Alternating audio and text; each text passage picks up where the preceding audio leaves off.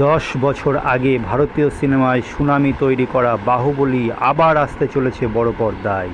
হ্যাঁ, এস রাজমৌলির বাহুবলী দুটি পার্টকে এক করে কিছু সিন এদিক ওদিক করে আবারও দর্শকদের জন্য সিনেমা হলে রিলিজ করতে চলেছে বাহুবলী দ্য এপিক। এই ফিল্ম দেখতে পারেনি তাদের জন্য বড় পর্দায় দেখার আবার একটা সুযোগ চলে এসেছে।